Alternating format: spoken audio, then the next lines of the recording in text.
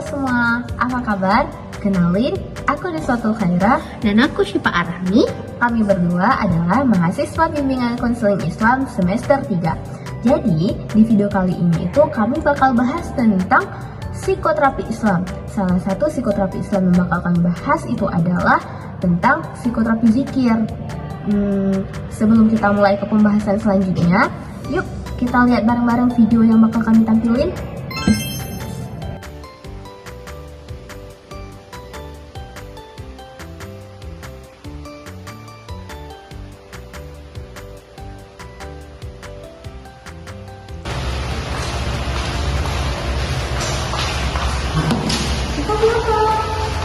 Dan kita yang jalan kayak apa?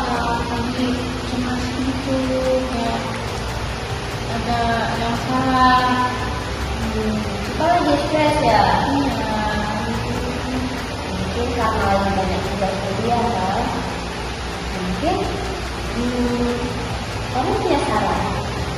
Kenapa kita nggak nyanyiin tentang terapi zikir? Bisa, terapi zikir itu bisa kita gunakan untuk mengatasi masalah seperti kecemasan, stres, dan pemikiran yang berlebih. Bisa mulai dengan mengulang beberapa kata-kata asma Allah. Jadi kita coba nanti buat berzikir dengan keadaan yang tenang. Siapa tahu setelah berzikir jiwa kita itu bakal lebih tenang, bakal lebih damai. Jadi kecemasan kita itu bisa berkurang. Semoga nanti bakal coba. Iya, semuanya. Iya kita sama-sama. Nah, teman-teman pasti udah nonton kan video tadi? Kira-kira teman-teman penasaran nggak apa itu psikoterapi zikir? Apa manfaat dari terapi zikir dan gimana sih praktik penerapan dari terapi zikir ini? Kakak Syifa, coba dong jelasin apa itu definisi dari terapi zikir.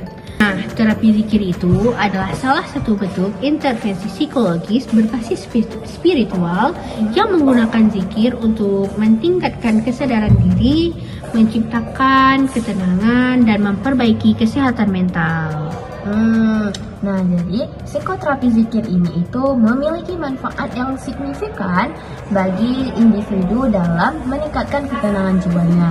Karena dalam pemanfaatan terapi zikir itu sendiri itu dapat membantu individu untuk mengurangi rasa gejala stres atau membantu individu untuk mendapatkan kesejahteraan mental. Jadi praktik melakukan psikoterapi zikir ini adalah dengan mengulangi pengulangan kata-kata atau nama-nama Allah atau frasa tertentu. Nah, terapi zikir ini itu bisa dilakukan secara individu atau kelompok. Berikut adalah pembahasan lebih lanjut gimana sih manfaat daripada psikoterapi zikir dan bagaimana praktik penerapan psikoterapi zikir. Nah, jadi kita bakal cari tahu nih apa aja manfaat dari penerapan psikoterapi zikir. Yuk, kita dengar apa-apa aja manfaat dari psikoterapi zikir. Nah, yang pertama adalah mengurangi stres dan kecemasan. Individu dapat mengalihkan perhatian dari pikiran negatif dan stres yang mengganggu. Nah, manfaat yang kedua adalah meningkatkan kesejahteraan emosional. Terapi zikir ini dapat meningkatkan kesejahteraan emosional dengan pemikiran-pemikiran yang positif, di mana terapi zikir ini memberikan dampak ketenangan dan kedamaian jiwa yang mendalam. Yang ketiga, mendekatkan diri kepada Tuhan. Nah, zikir dapat memberikan rasa, tujuan, dan makna dalam hidup yang penting untuk kesehatan mental. Manfaat yang keempat adalah meningkatkan konsentrasi dan fokus. Pengulangan kata-kata zikir itu dapat memberikan efek bagi kita untuk lebih fokus dan untuk lebih berkonsentrasi dengan apa yang kita lakukan. Ini itu dapat bermanfaat bagi diri kita untuk lebih melatih diri kita agar lebih fokus terhadap sesuatu dan mudah berkonsentrasi untuk melakukan sesuatu hal. Manfaat terakhir adalah mendorong refleksi diri. zikir dapat menjadi sarana untuk merenungkan diri dan introspeksi. Nah, adapun praktik penerapan dari psikoterapi zikir ini itu adalah ada beberapa cara penerapannya. Yang pertama itu adalah untuk menentukan waktu dan tempat, di mana kita harus memilih waktu dan tempat yang tenang untuk melakukan zikir. Zikir ini juga bisa dilakukan baik di pagi hari, di malam hari, sebelum tidur, atau pada waktu-waktu tertentu yang kita perlu untuk berzikir. Yang kedua adalah menggunakan alat bantu. Untuk berzikir, kita bisa menggunakan alat bantu seperti tasbih digital atau tasbih yang biasa kita gunakan.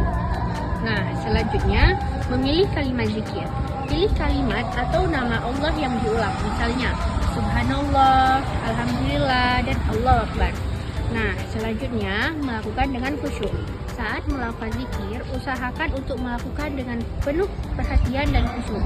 Rasakan setiap kata yang diucapkan dan biarkan pikiran Anda berfokus pada makna zikir tersebut. Nah, zikir itu juga dapat digabungkan dengan metode meditasi, di mana supaya kita bisa mendapatkan ketenangan yang lebih dalam. Dan juga zikir itu harus dilakukan secara rutin dan untuk mendapatkan hasil yang lebih baik. Jika tidak ingin melakukan zikir sendiri, kita bisa melakukan zikir secara berkelompok, di mana kita akan membentuk sebuah kelompok untuk melakukan zikir secara bersama. Mungkin cara berkelompok ini juga menjadi cara yang efektif jika kita tidak ingin melakukan zikir seorang atau melakukan zikir secara individu. Nah, jadi dapat kita simpulin kalau psikoterapi zikir itu adalah metode yang efektif untuk mencapai ketenangan jiwa dan juga untuk mencapai kesejahteraan mental. Di mana dengan kita mengintegrasikan praktik zikir ini dalam kehidupan sehari-hari, kita mendapatkan manfaat yang sangat signifikan. Selain itu, melalui konsistensi dan kesungguhan kita dalam menerapkan praktik zikir ini itu juga dapat memberikan kita kehidupan dan juga bisa menjadi alat yang kuat bagi perjalanan kita dalam menuju ketenangan jiwa dan kesehatan mental yang baik. Jadi sekian video dari kami. Saya Syifa Arahmi. Saya Niswatul Khairah. Kami berdua pamit undur diri.